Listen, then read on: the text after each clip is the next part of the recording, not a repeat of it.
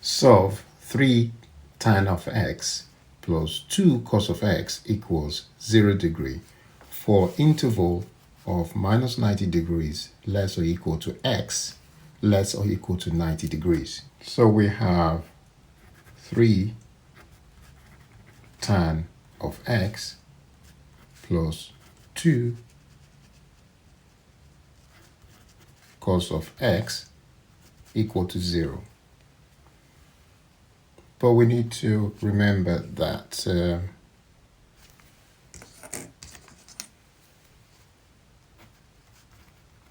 tan of x equals sine of x over cos of x. So that's very important. And also we need to remember cos squared of x plus sine squared of x equals 1. So we need those two. Usually when we are working on identities. So that's the fundamental identity. And this is a trig ratio. So I can replace the tan of x with sine of x over cos of x. So I get 3 sine of x over cos of x plus 2 cos of x over 1 equal to 0. I need to make it the same denominators. So I need to times that by cos of x and the denominator by cos of x. So what I meant is I need to times this by cos of x and cos of x. So then I'll get 3 sine of x over cos of x plus 2 cos squared of x over cos of x equal to 0. Just to remind us that if I do cos x times cos of x, that is cos x squared. But we don't write it like that. We write it like this. Cos squared of x. Also very important.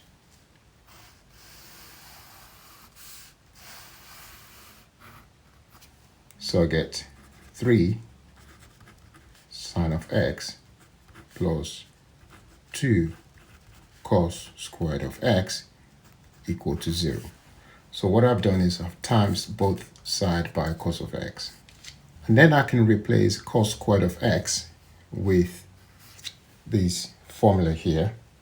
So if I can rewrite that, so cos squared of x, I'm making it the subject of this equation. And that will become 1 minus sine squared of x. So I'm going to replace that here. So get 3 sine of x plus 2 1 minus sine squared of x equal to 0. If I multiply out, open out the bracket, so get 3 sine of x plus 2 minus 2 sine squared of x equal to 0. So next thing, I need to move all the left hand side to the right hand side. So I get 2 sine squared of x. If I move them from left to right, the sign in front of them will change. So this is minus, it will become plus. And this is plus will become minus.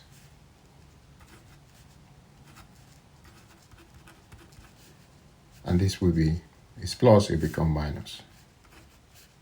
All equal to 0. Or if you like, I've multiplied that by minus 1, and I've multiplied that by minus 1. So this now reminds me of a quadratic function. So I could say, let y equals sine of x. So if I replace sine x with y, then I'll get 2y squared, because if I square this, I'll square that, minus 3y minus 2 equal to 0.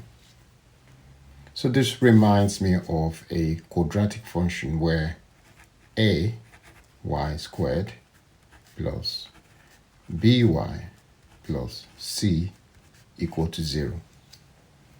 So in this case, my a equals 2, that one there, and b equals minus 3, and c equals minus 2.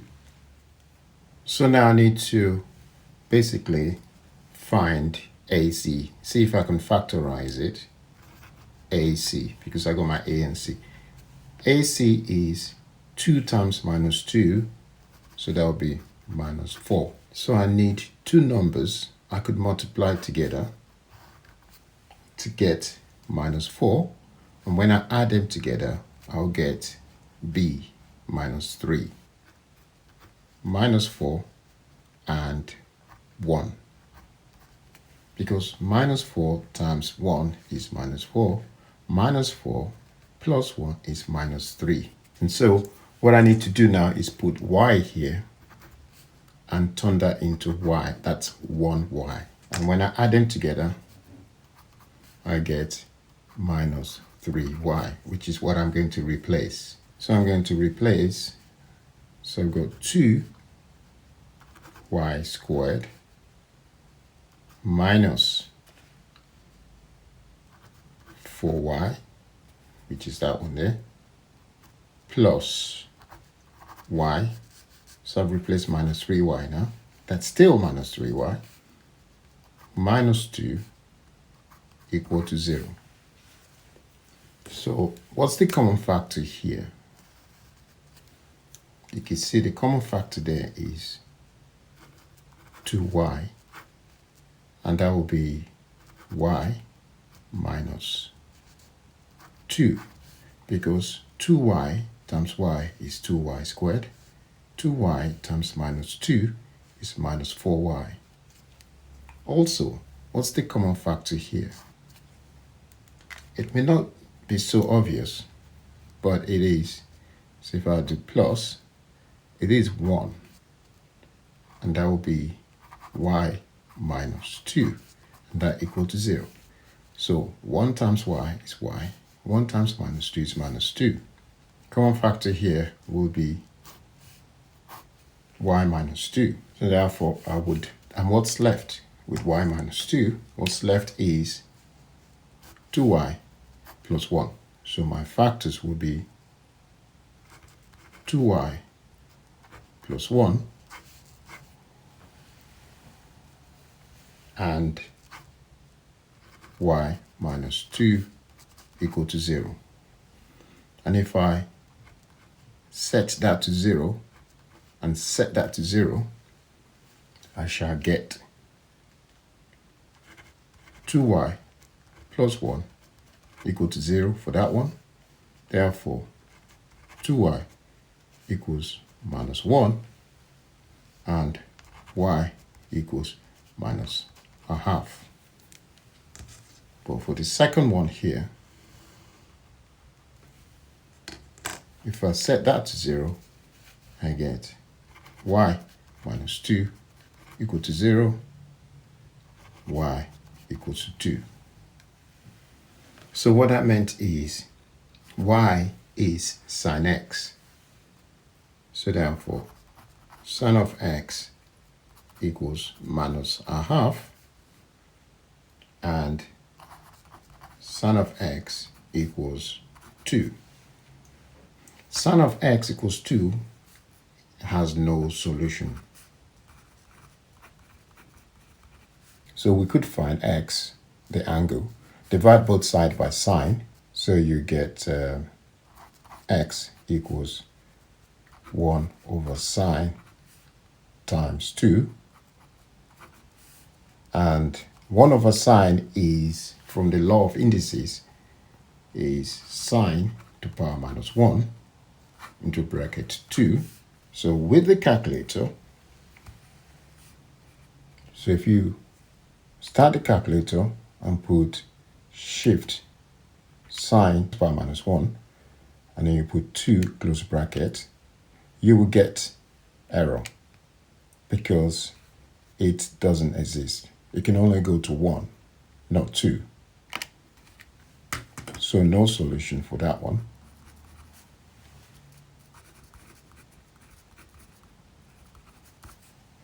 Now, the other solution is sine of x equals minus a half. Again, divide both sides by x, by sine. So you get x equals 1 over sine times minus a half. Therefore, x equals sine to power minus 1, which we call inverse sine to power. And that shall be, well, it should be minus 30 degrees, but let's try that to see whether it's true. Shift sine, you need a fraction key, and minus 1, 2, close the bracket, minus 30 degrees. So sine is minus 30 degrees. Inverse sine of minus a half is minus 30 degrees. So the values we're looking for is between minus 90 degrees, less or equal to x, less or equal to 90 degrees.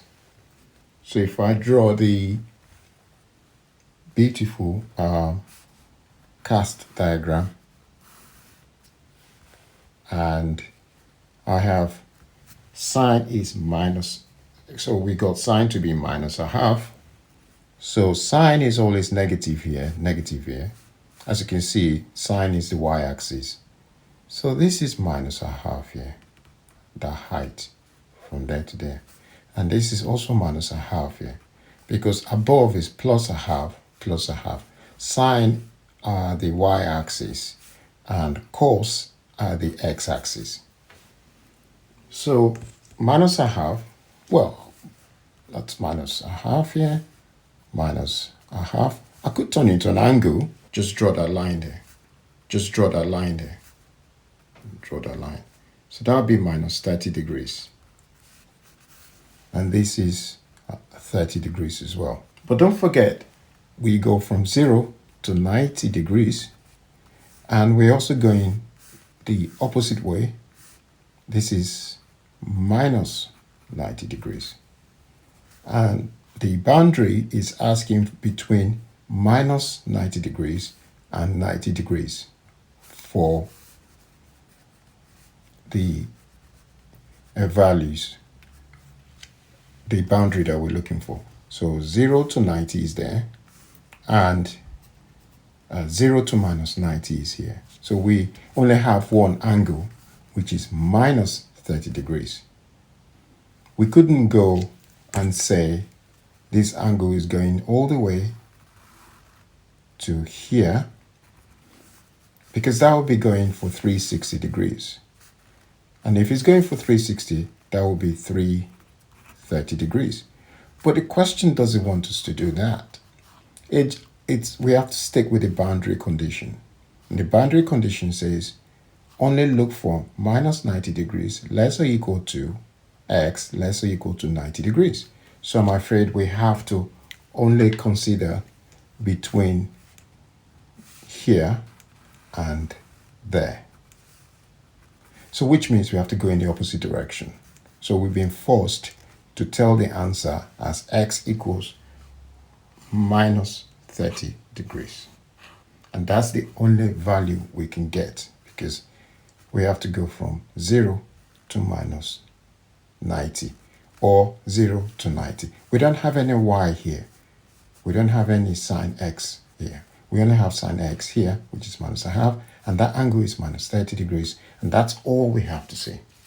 And that's the answer.